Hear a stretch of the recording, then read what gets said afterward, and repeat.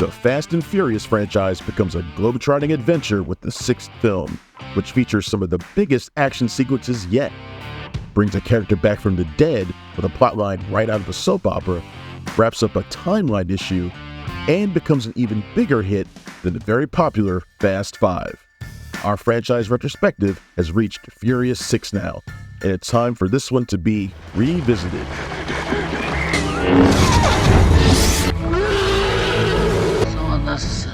After directing 3 Fast and Furious movies in a row, Justin Lin wasn't sure if he'd come back for the 6th film, but he knew what he wanted to see in a future sequel, whether he directed it or not.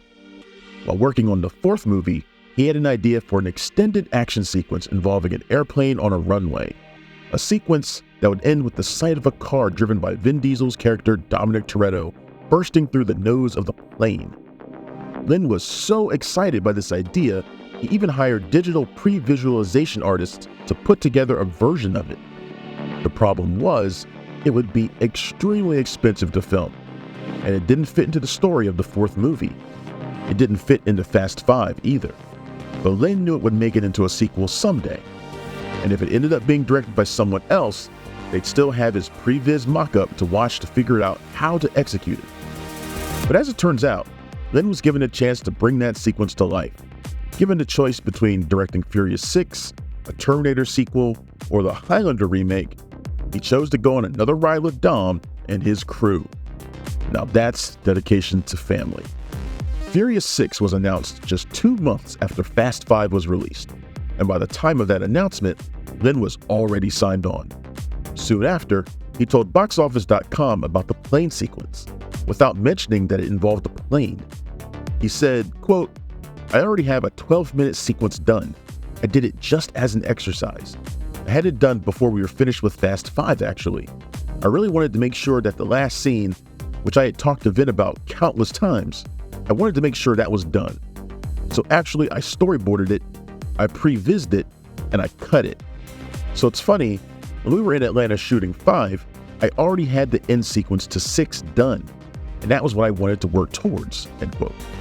Chris Morgan, who wrote the previous 3 movies, was writing this one as well, and the ensemble cast was in place. That means Diesel, who would also be producing with Neil H. Moritz, was returning to play heroic but criminal street racer Dom. Paul Walker will be back as lawman turned outlaw Brian O'Connor. Jordana Brewster returns as Dom's sister and Brian's wife, Mia, but she's given less to do because her character gives birth at the beginning of the movie. Their fast-driving pals, Roman, Tej, Han, and Giselle, played by Tyrese Gibson, Chris Ludacris Bridges, Sung Kang, and Gal Gadot, were back as well. Fast 5's new addition, Dwayne "The Rock" Johnson, reprises the role of diplomatic security service agent Luke Hobbs. And Elsa Pataki is back as Dom's love interest, former police officer Elena. But their romance quickly comes to an end when Dom finds out his girlfriend Letty, played by Michelle Rodriguez, is still alive. Viewers and the characters were led to believe that she died in the 4th movie, but she's still out there, still pulling off high-speed crimes. She just doesn't remember her life with Dom because the crash we thought killed her has left her with amnesia. Clearly, Morgan is a fan of the daytime soap operas. By this time, the franchise has dealt with thieves, drug dealers, and criminal kingpins. But part of the goal with Fast 5 was to shake things up and start expanding the scope. These weren't just street racing movies anymore. They could be heist movies, they could be globe-trotting adventures. And with Furious 6, our street racers find themselves in the middle of a story that could have just as easily served as the setup for a James Bond or Mission Impossible movie. A former soldier named Owen Shaw has decided to follow his military career with a life of crime. He's gathered together a team of highly coordinated drivers, including Letty. They use their vehicles to carry off insane heists that leave the authorities baffled, attacking the likes of military convoys in the quest to gather components that could be assembled into a nightshade device, a tech bomb that can block an entire communication grid for 24 hours. Stopping them could be a job for a super spy to handle. Instead, it's Luke Hobbs who has been chasing Shaw across 4 continents and through 12 countries, including Russia. Now he has received information that indicates Shaw and his crew are in London, and he knows that he needs a team of skilled drivers to catch this group of villainous drivers. So he turns to the best drivers he knows, Dom, Brian, and their friends. If they help catch Shaw, their past criminal actions will be pardoned. And in the process, they'll be able to reunite Dom and Letty. So they agreed to take on this dangerous mission. Luke Evans was cast as Owen Shaw. Another new addition to the cast was former MMA fighter and American Gladiator Gina Carano, who was cast as a DSS agent who works with Hobbs.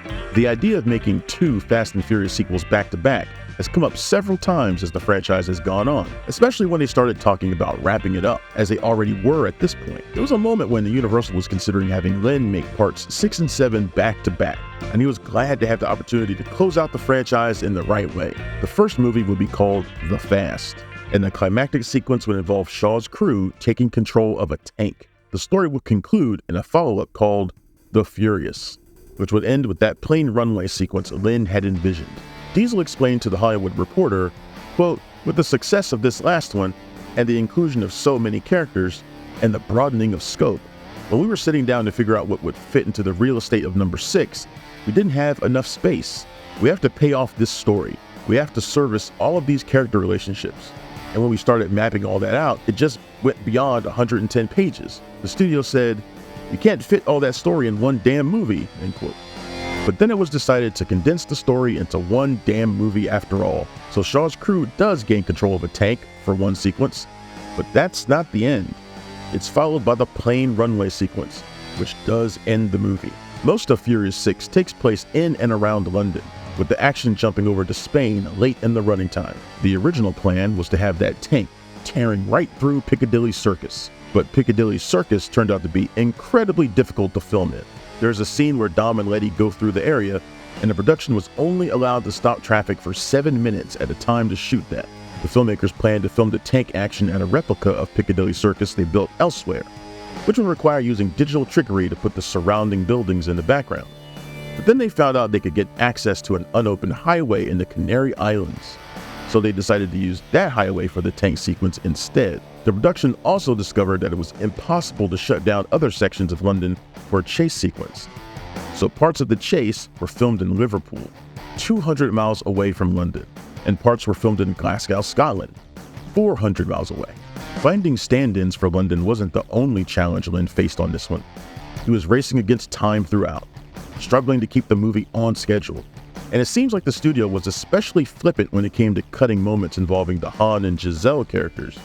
But Lin had a special fondness for Han, since he was basically introduced in an indie movie Lin had made called Better Luck Tomorrow. So he made sure to get the moments he needed with those characters, even if it meant shooting with Sung Kang and Gal Gadot off schedule. He did have to drop a motorcycle chase that would have involved Giselle, though. Another complication arose when Paul Walker suffered an ACL injury during filming. They had to shoot around any moments of Brian action while waiting for him to heal. The race against time continued in post-production, which Lin was given just 12 weeks to complete. It took a large team that included 5 editors, but he got it done. Furious 6 didn't turn out quite as well as the game-changing Fast 5 did, but it's a serviceable attempt at giving the audience more of what they liked about the previous film. Owen Shaw isn't a particularly interesting villain, and his plot to put together a nightshade device doesn't mean much. This is something Lin was very aware of during filming, but adventure films thrive on what are called MacGuffins, something that keeps the story moving and motivates the characters. The villain wants to get their hands on it. The heroes want to stop them from using it. But the object itself doesn't really matter. The Nightshade device is such an irrelevant MacGuffin, Lin made sure the name is only mentioned once in the film. All we need to know is that Shaw is a bad guy and wants to do something bad, which Dom and his cohorts can't let happen. The important part of the story is the personal side of it. Shaw found Letty when she was in a vulnerable position, in a hospital, suffering from amnesia. Now he has her on his team, and Dom needs to get her back. The Letty story is completely ridiculous, but it gives the viewer something to care about in the midst of all the action, where we get to see the destruction of a couple hundred vehicles. And the action is what makes the movie worth watching. We get multiple shootouts, chases, races, and fight scenes. The sequence that involves a tank crushing cars on the highway is a standout, but so is a chase through London, where Shaw drives something referred to as the foot car, a Formula One racing car that has been modified with a ramp on the front, so it can drive straight into other vehicles and send them flipping through the air. Joe Taslim gets to show off his martial arts skills in a fun fight. where not even the combined forces of Han and Roman can take him down. And Riley and Letty take each other on in a brawl that took 3 days to film. Toward the end, we get to see Dom and Hobbs team up in a fight against Shaw and the character played by hulking bodybuilder Kim Cole. And it all builds up to that plane runway sequence that Lin was so enthusiastic about. It takes place completely outside of reality. So much happens during the sequence, the runway would have to be longer than any runway in the world. Estimates range from 18 to 29 miles. The longest runway in existence is just under 3.5 miles, but it's a fun watch. That's not the only indication in Furious 6 that the franchise is losing touch with any sense of reality.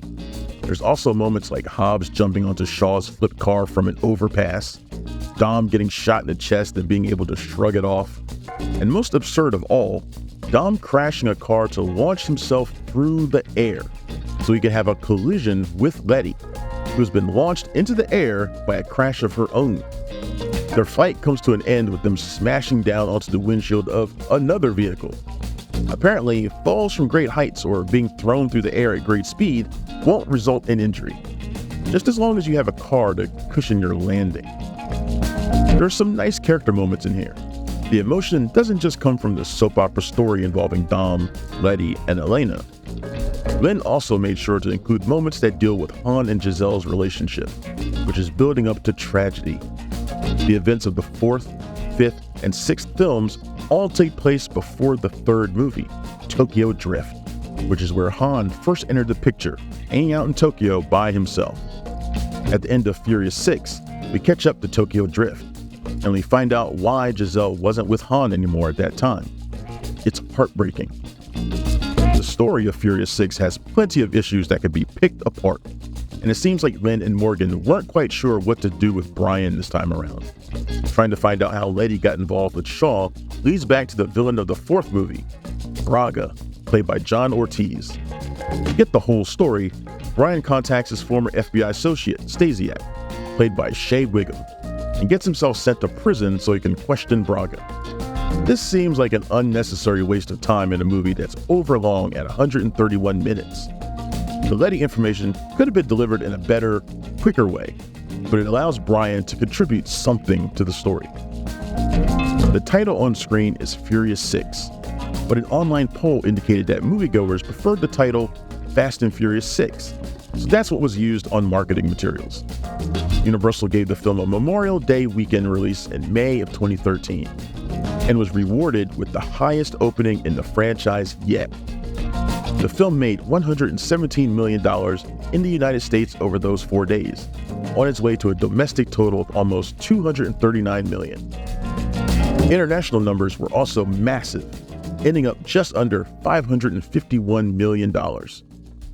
Made on a budget of $160 million, with another $100 million going towards marketing, Furious 6 made up almost $790 million at the global box office. While Fast 5 is still the most well-regarded of the sequels, Furious 6 bested its box office by almost $160 million.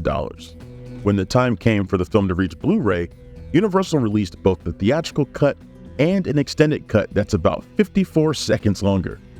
For the most part, the extended cut just puts back in moments of violence that had to be trimmed to achieve a PG-13 rating. More punches, kicks, and headbutts. Furious 6 was so successful, Universal wanted another sequel as quickly as possible, and the filmmakers had built the setup for the next sequel into this one. There's a mid-credit scene that takes place during the chase scene, where Han was killed in Tokyo Drift. This reveals the car that crashed into Han wasn't driven by a random Tokyo citizen. Instead, it was being driven by Owen Shaw's brother, Deckard, played in a quick cameo by Jason Statham. Deckard obviously has incredible intuition and timing. He was able to crash into Han in the right place at the right time during that chase scene. The studio put the sequel on the fast track to begin filming in September of 2013, so it could be released in the summer of 2014. If Lin came back to direct, that would mean he would have to begin pre-production on Part 7 while still in post-production on 6. He felt the quality of 7 would suffer if he were to do that, so he decided to step away from the franchise, ending his 4-film streak of Fast and Furious movies. In their search for a new director, Universal turned to someone who was best known for working in the horror genre, James Wan took the helm of a story about Jason Statham tracking down our street racing heroes. But the film ended up being delayed a year when tragedy struck in the middle of production. And we'll be talking about that in the next episode of Revisited.